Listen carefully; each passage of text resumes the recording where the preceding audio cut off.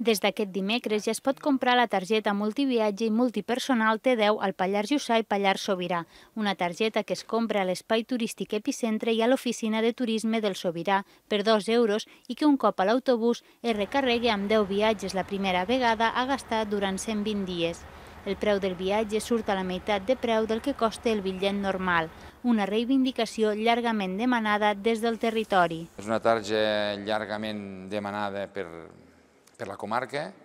llargament reivindicada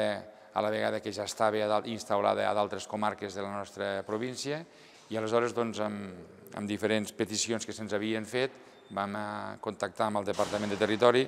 i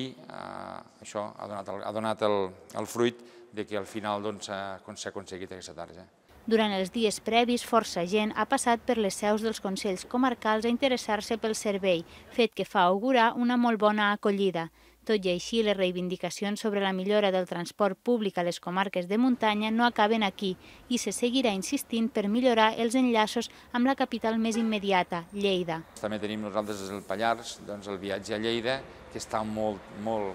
utilitzat per estudiants i també una altra cosa que no hem d'oblidar, que és pel tema sanitari, pel tema mèdic. Hi ha moltíssims viatges a Lleida, a l'Arnau de Vilanova i amb diferents consultes mèdiques i també seria bo que poguéssim aconseguir una targeta semblant amb aquesta també pel desplaçament a Lleida. També s'espera que aquesta possibilitat de rebaixa del preu de la línia fins a Barcelona faci augmentar els usuaris i, en conseqüència, sigui viable augmentar les freqüències.